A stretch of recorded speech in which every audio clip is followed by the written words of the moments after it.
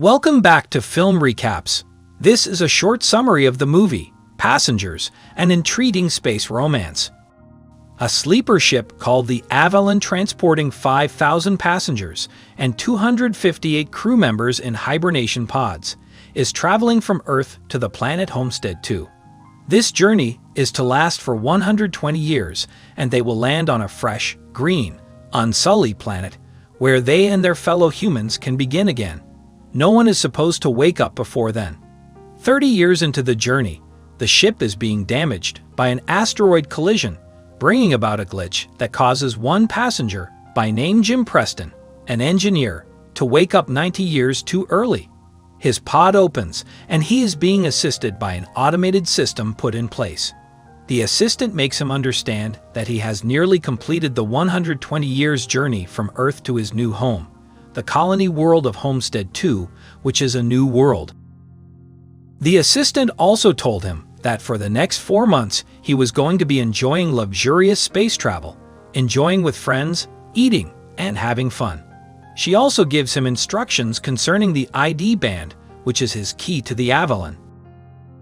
Jim is so excited to meet the other people on the ship, so he gets ready and goes to the automated class, which is meant for all the passengers, but he is the only one there. He takes a seat and is tutored on colonial life and how Earth is overpopulated. Jim is so confused and wants clarification, but he is asked to wait till the end of the lesson. Jim tries harder to get answers to his questions from the hologram, but all his efforts are in vain. He decides to get help from somewhere else, and he comes across an automated information system. He asks to speak to a real person, but he discovers that all the members of the crew are asleep. Jim walks into the observatory and finds to his dismay that he has 90 years left in the voyage and no way of getting back to sleep or even waking up someone who might know what to do. The staff is snoozing behind locked and impregnable doors, while the corporation that runs the Avalon is beyond the range of communication. All of Jim's efforts to get someone who could explain the whole mystery of him waking up early proved abortive. He tries to repair his pod, but to his greatest dismay, it is beyond repair. Jim doesn't give up. He tries to access the crew room, but he doesn't succeed because it requires special authorization, which he doesn't have. After more than a year of aching grief and loneliness, his only companion is an android bartender by name Arthur. Jim is so frustrated and miserable, but Arthur advises him to make the most out of his current situation and to stop worrying about what he can't control. Jim starts living his best life and exploring all the amazing stuff on the spacecraft. But as time goes on, Jim is still very lonely and furious about the whole situation.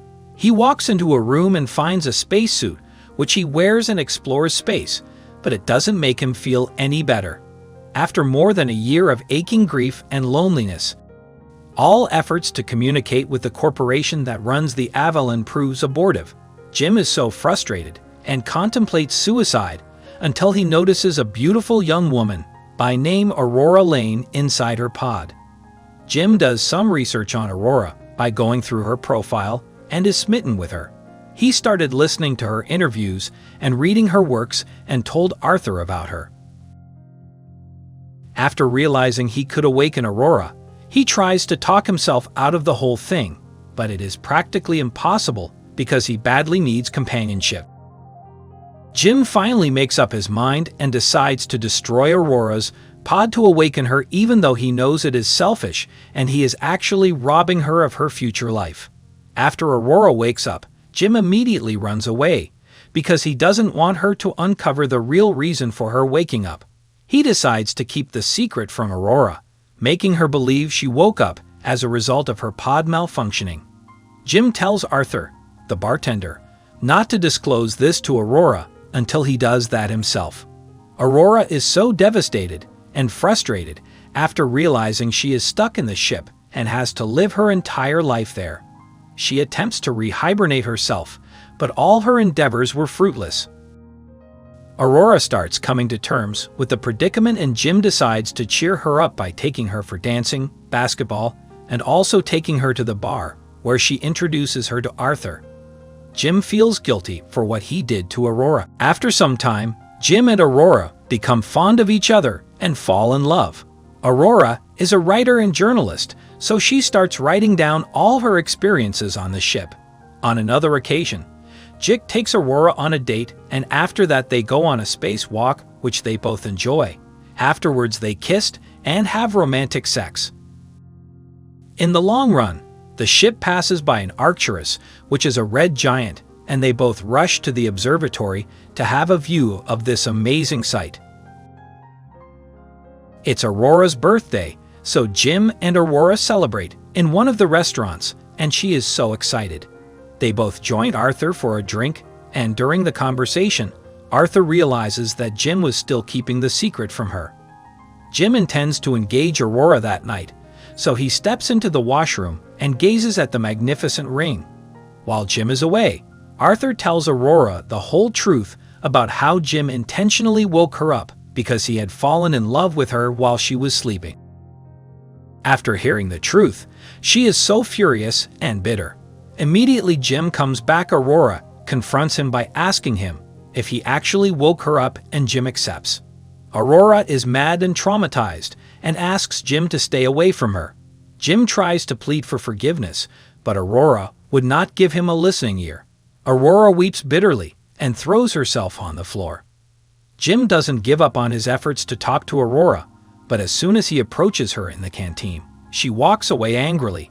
While Jim is in bed, Aurora goes over to his cabin, attacks him, and gets him well beaten, but Jim does not retaliate. She even attempts to kill Jim, but bursts into tears and drops the weapon, then leaves. Jim apologizes to Aurora over a cam, since she is avoiding him and doesn't want to see him. He explains to Aurora that he acted that way because he had fallen in love with her and pleads for forgiveness, but Aurora doesn't give a damn. She is even more upset and tells him she doesn't care. Sometime after, multiple failures occur on the starship in a steady progression. The suit control center starts rebooting, and they experience a diagnostic system failure. One day, while Jim was in the elevator, the system malfunctioned. Aurora walks into the main concourse and notices that Jim has planted a tree there. She then goes to the canteen and notices that the food dispenser is also malfunctioning. Both of them unexpectedly get the voice of the deck chief officer, called Gus Mancusa, asking them who planted a tree on his ship. Jim and Aurora rush into the main concourse to meet Gus, where Jim owns up to the action. They all introduce themselves and Gus tells them his pod also had a failure. Gus takes them to the flight crew room since he has access, and they try to diagnose the issue. Gus is getting diagnostics from all over the ship, but he isn't getting any data, so he decides to check the system manually. Soon, the robots start breaking, and the parts almost fall on them. Jim and Aurora start outlining different instances of system failure they have been experiencing. Gus assigns a task to everyone and then goes to examine the hibernation pods. During the process, he notices that Jim had tampered with Aurora's pod and confronts him to get some answers. All systems begin to shut down. He finds out numerous failures on the ship's system, but the computer could not reveal the origin of these failures. Aurora wants Gus to take action on Jim after finding out what Jim did to her, but Gus doesn't want to meddle in their affairs. Due to complications from the failure of Gus' pod, he becomes critically sick and starts coughing blood. Aurora is having a sleepless night, so she decides to go swimming. The ship experiences a gravity loss and the water starts going upwards. Aurora is trapped in the water and she starts drowning. Gus and Jim, on the other hand, are floating in the air with other objects. Subsequently, the gravity drive stabilizes and they all fall back down. Aurora struggles and swims out of the water. Aurora and Jim rush to find Gus and find out more about the problem. Gus scrutinizes the system and discovers a progressive power surge, which started 2 years earlier with 17 failures in a single day. They are experiencing a machine critical failure, and if these problems are not rectified, they stand a chance of experiencing fatal system failures and the mission may fail, which could cost the lives of all the hibernating passengers and crew. Gus' health begins to deteriorate and he passes out. A scan is carried out on him, and 612 disorders are found. The system says Gus has experienced a progressive organ failure in which the root cause is unknown and that death is imminent. On hearing this, Gus is so devastated and wants to be left alone for some time. The system warns everyone to go to their cabin since they are experiencing difficulty in the flight. Gus eventually dies, but before dying he gives Jim and Aurora his deck chief ID to enable them continue with the process of repairing the ship. System failures begin to increase and more things begin to break. Arthur also started malfunctioning and breaking things, but Jim was able to calm it down. They both went into the main engineering to diagnose the multiple system failure. They tried to open the power plant, but the pressure is so high that it pushes Aurora away, and a pressure volt initiates lockdown, almost locking Jim between the doors. They are able to normalize the pressure, and the oxygen level is restored. Jim and Aurora find the control computer and replace the damaged module, and it is restored, but the reactor vent fails, and a manual overwrite is required. All attempts to revive the reactor vent proved abortive. They have to find the reactor and cool it down, or the ship is going to blow off. Jim is compelled to spacewalk and vent the plasma from outside, utilizing the manual bring forth controls inside the vent tube. Many more system malfunctions as the temperature keeps on rising. A glitch causes Jim to remain inside the cylinder to physically keep the vent open, while Aurora starts the venting from inside the boat. The system reaches its maximum temperature and pressure. The situation becomes even worse. Aurora became terrified of losing Jim, whom she had fallen in love with, and being lonely, so she hesitated on starting the vent. Jim manages to convince her to consider the thousands of people on the ship. She eventually agrees to start the vent. Jim is in critical danger as the pressure becomes too high and sweeps him off the tube into space. He becomes unconscious due to his damaged spacesuit losing oxygen. The temperature begins to drop and the vent process is successful and the system begins to reboot. Jim, on the other hand, is stuck in space, and the pressure of his suit and the oxygen level is dropping. Jim is slowly dying, but Aurora wears her suit and comes to his rescue. She takes Jim to the Avalon and tries to resuscitate him, but the system says he is already dead. Aurora figures out how to run multiple processes on a clinically dead Jim and eventually resuscitates him. Aurora is so excited to have Jim alive again. Aurora repairs Arthur, and he is very grateful. Subsequently, Jim discovers that with Gus' clearance, the Autobot can work as a makeshift hibernation unit for one person.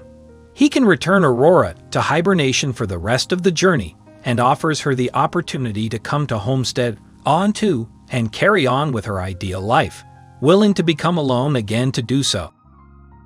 Realizing that she would never see Jim again, as well as genuinely understanding Jim's feelings when he woke her up, Aurora decides to remain awake with Jim, and he gives her the ring he had made, which she accepts.